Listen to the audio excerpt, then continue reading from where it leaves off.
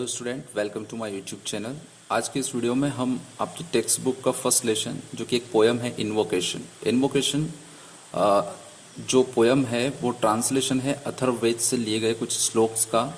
इसमें स्पीकर जो है वो तरह तरह की यूनिटी की बात करता है, तो इसके इम्पोर्टेंट क्वेश्चंस को हम आज डिस्कस करने वाले हैं। सिर्फ इम्पोर्टेंट क्वेश्चन मैं आपको यहाँ पर डिस्कस करूँगा और जैसे कि आप सामने देख पाएंगे, उनको रीड कर पाएंगे। आप चाहे तो उनके नोट्स बना सकते हैं। बहुत इजी वे में मैंने उनको बनाने की कोशिश करी है। फिर भी अगर किसी को डाउट हो तो वो कमेंट करके अपने डाउट्स क्लियर कर सकता है। शुरू करते हैं पहले क्वेश्चन से। Which are the two kinds of people referred to in the verse. इसका मतलब ये हुआ कि स्पीकर ने किन दो प्रकार के लोगों का वर्णन जो है वो पोयम में किया है। तो आंसर है the two kinds of people that have been referred by the poet in the verse are. Poet ने या स्पीकर ने जिन दो प्रकार के लोगों का वर्णन किया है वो इस प्रकार है। फर्स्ट काइंड ऑफ पीपल यानी कि पहले वो लोग, आर दोज ये वो लोग हैं हु लाइव अराउंड अस जो कि हमारे आसपास रहते हैं, and they are well known to us और हम उनको बहुत अच्छे से जानते पहचानते हैं। In other words we can say, अन्य शब्दों में हम कह सकते हैं कि ये वो लोग होते हैं the people of our own country और आवर नेटिव पीपल, हमारे अपने देश के लोग या हमारी अपने देश में रहने वाले लोग।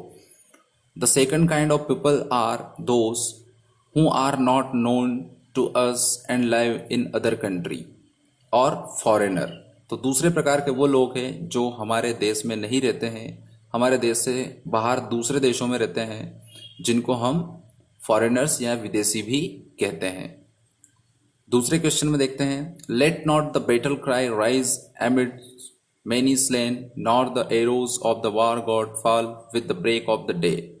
ये पोयम की लाइन है और इसका मतलब ये होता है कि पोएट जो कहना चाहता है यानी कि स्पीकर जो कहना चाहता है कि जो बैटल क्राई है वो दोबारा से ना हो, क्योंकि इसमें कई सारे स्लेन मीन्स युद्ध में मारे जाने वाले लोग, जो सैनिक है वो मारे जाते हैं, और जो वार गॉड है जिसको इंद्र बोला जाता है, इंद्र देवता की बात कर रहे हैं, वो अगली सुबह या आने वाले दिनों में कभी युद्ध वापस ना कराए।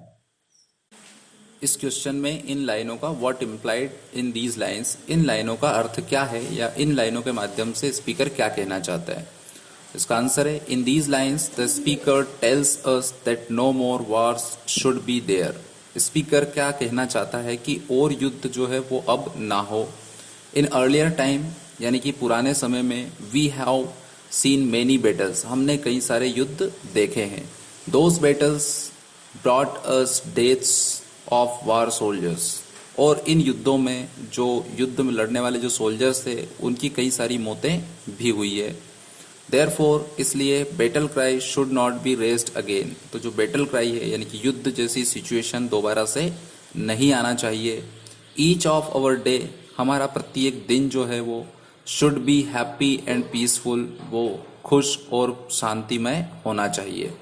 There should not be any place for the arrows of the war god, जो युद्ध के देवता है उनके और ज़्यादा मार या और ज़्यादा जो एरोज है, तीर, हमें नहीं चाहिए, क्योंकि युद्ध हमेशा डिस्ट्रक्शन लेके आता है, युद्ध हमेशा तबाही लेकर आता है। थर्ड क्वेश्चन में पूछता है in how many ways in the is the unity short. किन किन तरीकों से या किन किन रास्तों में जो पोएट जो स्पीकर है वो यूनिटी की बात करता है। तो इन द प्रेजेंट वर्स, जो प्रस्तुत कविता है उसमें द स्पीकर सजेस्ट, तो स्पीकर हमें क्या सजेशन देते हैं कि many ways of unity, unity की कई सारे रास्ते वो बताते हैं। एट वेरी फर्स्ट, सबसे पहले पोयम में वो कहते हैं he tells that we must unite with our own people as well as with the strangers और फॉरेनर्स। हमें हमारे खुद के लोगों यानी कि अपने देश के लोगों के साथ एक होकर रहना है, और इसके साथ जो विदेशी लोग हैं, जो स्ट्रेंजर्स है, हमारे देश में नहीं रहते, उनके साथ भी हमें यूनिटी के साथ, एकता के साथ रहना है।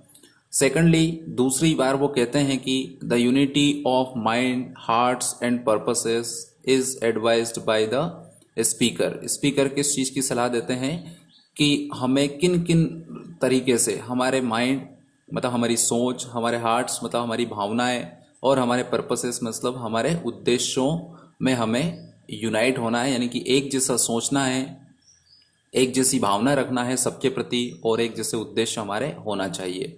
देयरफॉर इसलिए the human society can live in peace and can make progress, और इस तरह से ही रहकर हम क्या कर सकते हैं, पूरा मानव समाज जो है वो शांतिपूर्वक रह सकता है और प्रोग्रेस कर सकता है, उन्नति कर सकता है।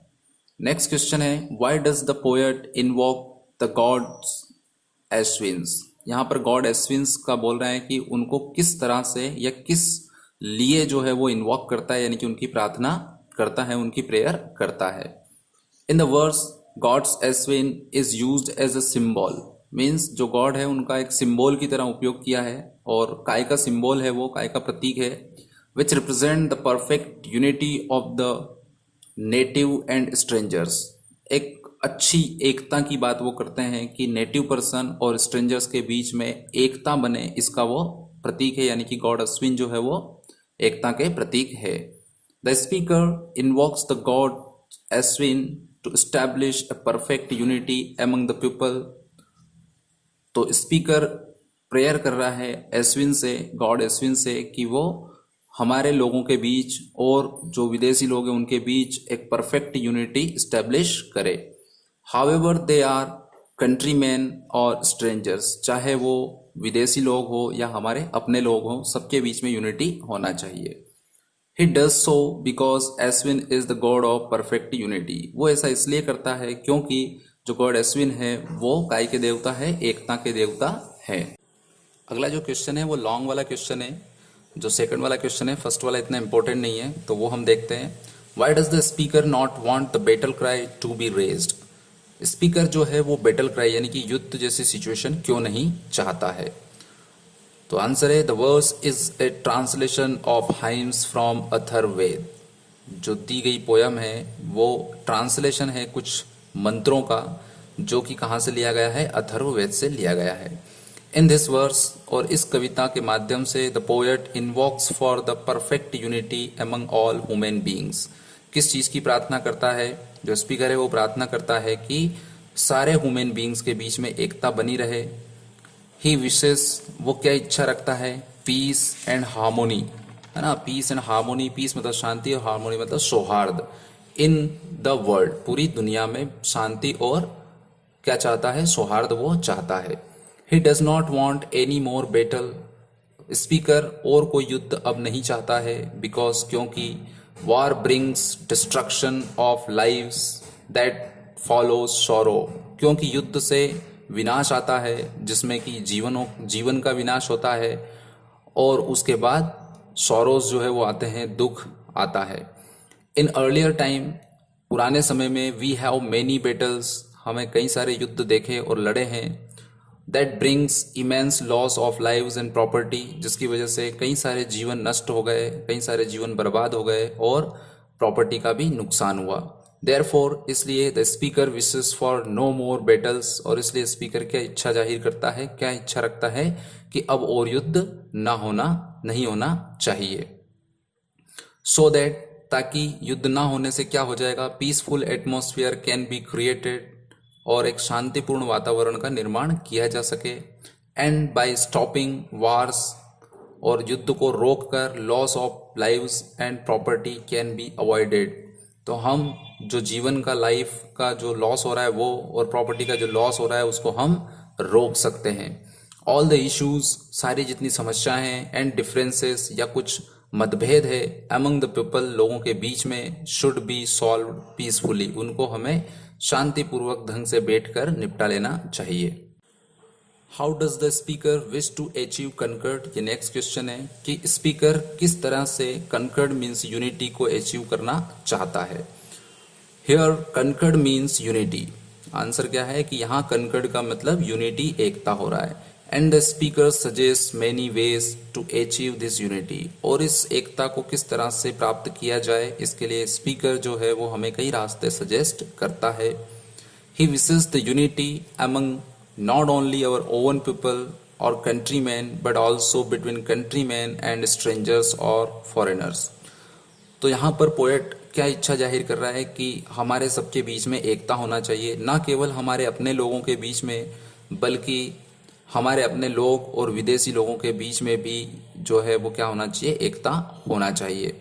ही सेज, वो कहता है दैट की यूनिटी ऑफ माइंड, की यूनिटी ऑफ माइंड होना चाहिए। मीन्स उसका मतलब ये है कि we should unite at our thoughts and ideas, कि हमारे विचार जो है वो क्या होना चाहिए, एक होना चाहिए। सो दैट, इससे क्या होगा, विचार एक होने से, so that any issue can be resolve with peace. तो कोई भी समस्या अगर खड़ी होती है तो एक जैसी सोच वाले लोग जब बैठेंगे तो समस्या का समाधान शांतिपूर्वक कर सकते हैं। Next he wishes the unity of hearts. अगली जो एकता वो चाहता है वो हार्ट्स की, यानी कि दिलों की एकता चाहता है। दैट रेफर्स, और इसका मतलब यहाँ पर क्या कहना चाह रहा है वो, that we should have same feeling for all human kind that brings mutual cooperation. तो अगले वो हार्ट की जो एकता है उसके बारे में बात कर रहा है। तो हार्ट की एकता यानी कि हृदय की एकता से क्या होगा कि सारे ह्यूमन बींग्स के प्रति अगर हम हमारी एक जैसी भावना रखेंगे तो उससे हमारे बीच में आपसी सहयोग में बढ़ोतरी होगी। लास्टली अंत में वो क्या कहता है, the unity of purposes is very essential. जो पर्पसेस यानी कि उद्देश्यों की एकता है या यूनिटी है वो बहुत आवश्यक है, क्योंकि we all work for a purpose. तो हम सब जो है किसी न किसी उद्देश्य के लिए काम करते हैं। If we unite at our purpose, अगर हम हमारे पर्पसों में एक हो जाएंगे, हमारे उद्देश्यों में एक हो जाएंगे, then we can achieve success. तो हम आसानी से हमारी सफलता अचीव कर सकते हैं। होप आपको ये क्वेश्चन अच्छे से इनके आंसर समझ में आए होंगे। आज के इस वीडियो में इतना ही। अगले वीडियो में जो नेक्स्ट चैप्टर है, नेक्स्ट लेसन है द डायमंड नेकलेस, उसके क्वेश्चन आंसर मैं डालने वाला हूँ। सो आप सब्सक्राइब कर लीजिए चैनल को ताकि उसके क्वेश्चन आंसर भी आपको मिल जाए।